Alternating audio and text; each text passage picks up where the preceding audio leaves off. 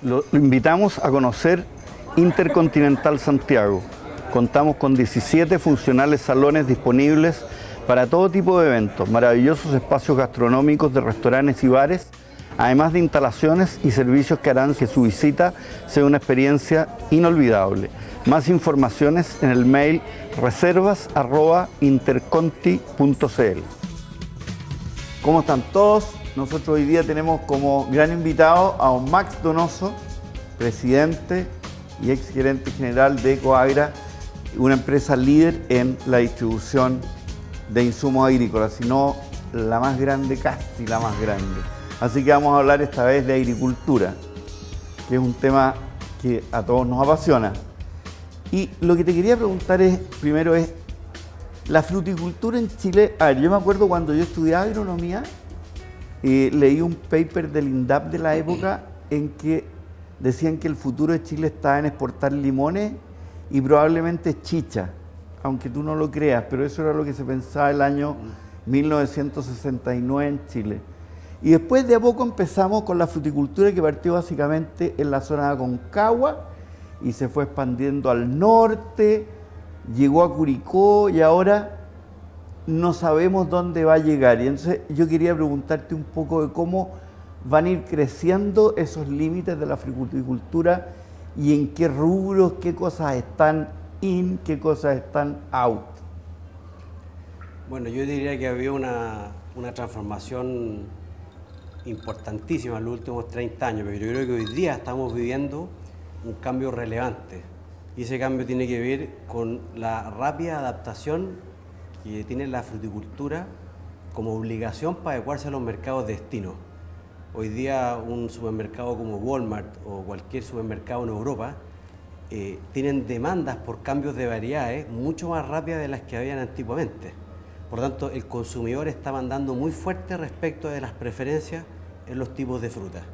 Y eso está generando un recambio interno. Las uvas, por ejemplo, están viviendo un momento muy relevante de recambio, donde las variedades antiguas están quedando afuera, están con poca demanda, con menos precio, y han entrado las variedades de uvas de club que empiezan a mandar en los mercados de destino. Entonces se está generando una dinámica de recambio en los campos muy relevante, que tiene una limitante de financiamiento que no hay que dejar de mirar. ¿Cada cuánto tiempo más o menos es el recambio de variedades? ¿Cada cuánto tiempo más o menos tú estimas? Porque si yo tengo un parronal, ¿qué tengo que calcular? ¿O lo voy a poner que cada 10 años lo tengo que cambiar o reinjertar? ¿O después cuánto es? Yo creo que no hay una regla específica. Lo que ha mostrado el tiempo es que cada vez es más rápido la necesidad de recambio de los huertos. Si antiguamente uno plantaba un huerto para 20 años, hoy día probablemente los huertos se plantan para 10 años. ¿Y eso en todas las variedades? O sea, incluso en las nueces. Yo diría que todo se ha cortado, y como se ha cortado el ciclo de vida del producto comercial, también se ha adelantado o ha habido la necesidad de adelantar el periodo de entrada en producción de los huertos. Entonces ha cambiado la lógica. Antes se cuidaban mucho los árboles para que entraran a producir tarde y fueran huertos más longevos. Hoy día lo que se ha hecho es acelerar el inicio de producción del huerto y explotar más fuerte los árboles pensando en un recambio, porque el mercado no hace cambiar más rápido las variedades afuera. Dime una cosa, y si bien es cierto, en cierta parte del Valle Central se ve entero plantado con fruta, pero obviamente que cuando uno va avanzando hacia el sur uno va viendo que están entrando cosas nuevas. Hay incluso experimentos de viña en zonas que uno no pensaría y ejemplos de cereza en el sur. ¿Eso qué tan rápido va o qué destino tiene? Si es que tiene alguna. Yo tengo unos vecinos ahí en Valdivia que pusieron cerezo y después a los 3 años lo arrancaron todo. Sí. Yo creo que han habido experimentos relevantes en el tiempo. Si nos acordamos, hace 30 años atrás partió el experimento Los Berry en La Unión. Claro. Que fue una empresa que... Berry La Unión. Berry La Unión. Berry La Unión. Que fue, yo diría que pionera en esa época, y después fracasó, pero después resurgió un polo importante en los arándanos, por ejemplo, al sur de Osorno, muy relevante. Y así se han ido como consolidando ciertos desarrollos de proyectos. Si uno va hacia el hemisferio norte y tú recorres el norte de Estados Unidos, te encuentras con climas similares, no idénticos, pero similares a la zona sur, donde se desarrollan varias especies y variedades. Pero ¿qué cosas quedan por llegar? Digamos, de Chillán al sur. A ver, yo creo que ya se ha instalado el desarrollo por ejemplo, las pomáceas. En Angolia hay un valle desarrollado completo con pomáceas. Sí. Traiguén hoy día se ha desarrollado en el mundo de las pomáceas y ha sido avanzando. Las cerezas se están haciendo ya no un par de experimentos, sino que ya deben haber proyectos por unas 200 o 300 hectáreas de cereza en la 10ª región. ¿En la 10ª? En la 10ª. Estamos hablando ya de Osorno al sur, en las cercanías de Osorno. ¿Y la lluvia ahí y la humedad no parte la fruta? Lo que pasa es que... ¿O las tienen bajo techo? Es con techo. Generalmente estamos hablando de inversiones de otro calibre. O sea, las inversiones no solo en la planta, sino que inversiones en infraestructura son de otra magnitud. O sea, una estructura de techo para los vientos y para la lluvia en la 10ª región tiene otro precio que las estructuras de la zona norte.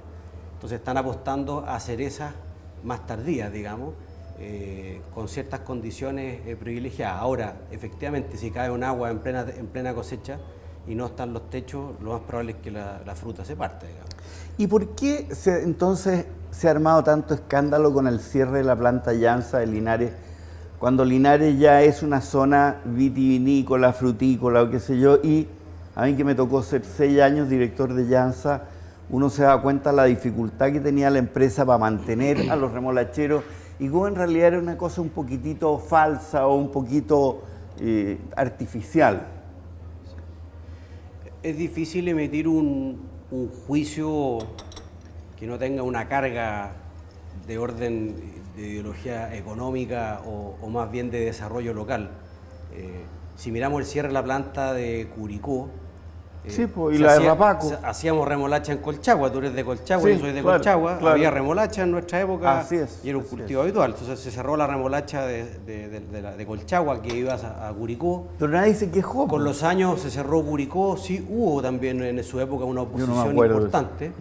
Y bueno, yo creo que Llanza, como cualquier compañía privada, está buscando ser más eficiente y poder competir de mejor forma en el mercado. Lo que yo no estoy seguro es si es capaz de competir con base a remolacha. Ahí yo tengo algunas dudas. Eso ya es una respuesta que tiene que dar Llanza, pero creo que la decisión de ellos, dolorosa por los productores que quedan y dolorosa por la gente. Pero ¿por qué es dolorosa para los productores cuando los productores...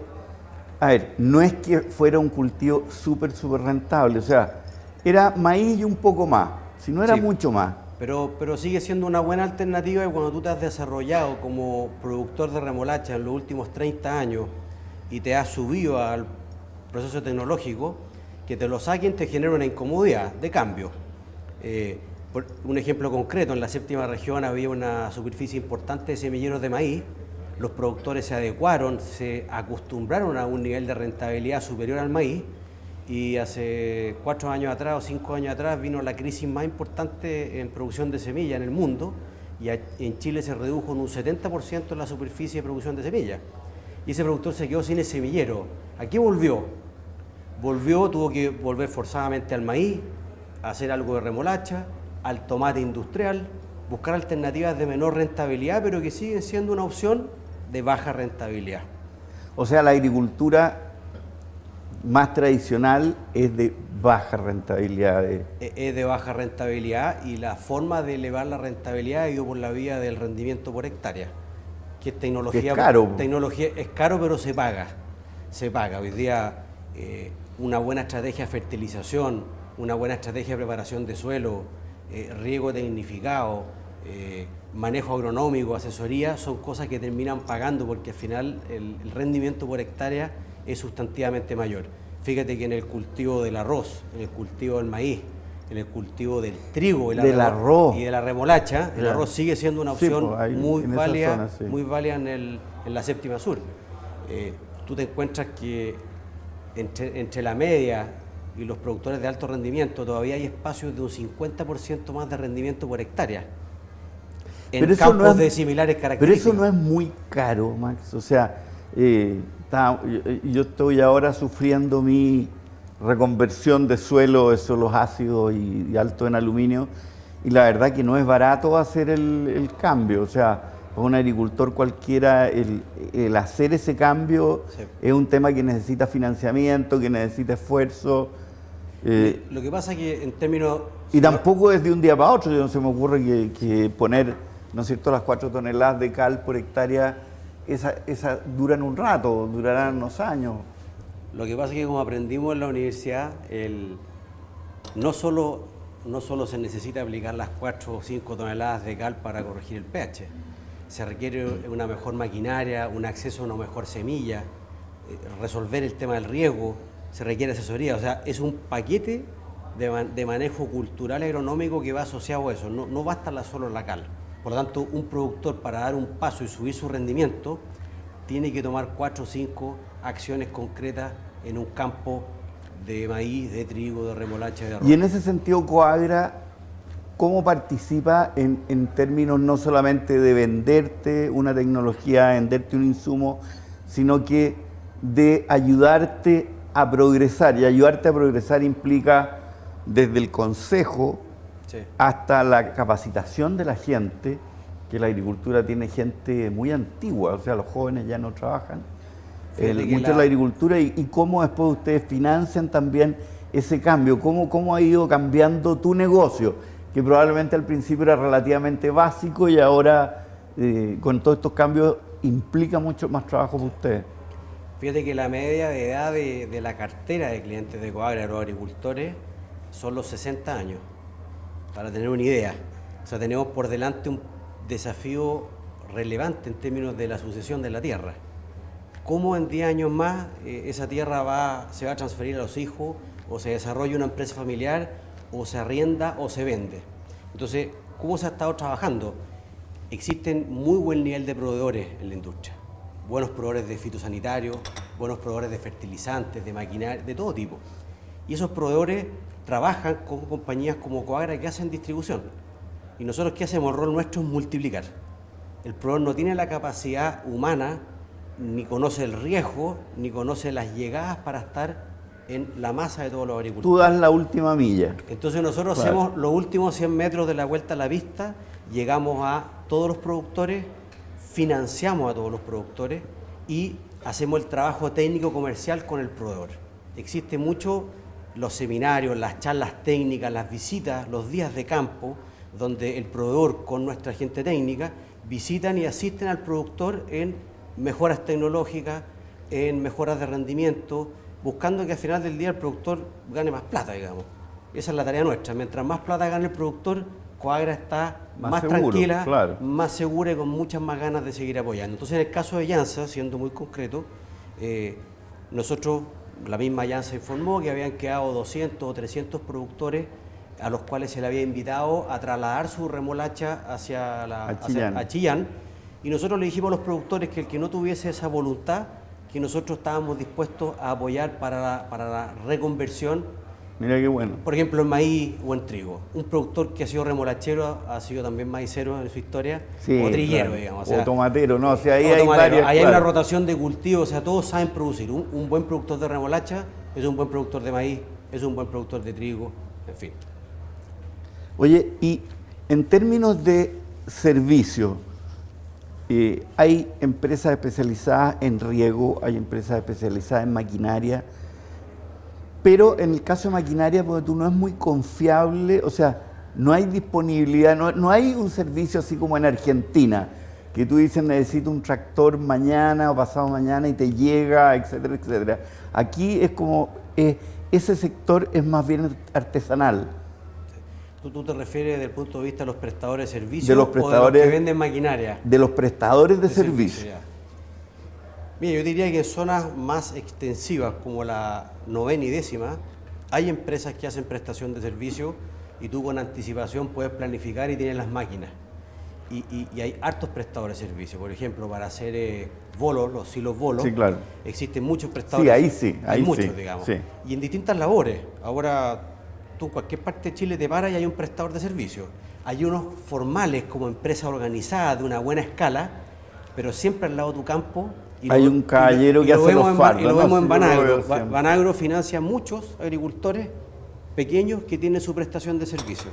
Y los apoyamos con leasing a 4 años. Entonces existe siempre al lado de tu campo uno o dos productores que tienen su prestación de servicio y que te van a atender. Ahora, es informal, digamos, y va en una dinámica de modernizarse.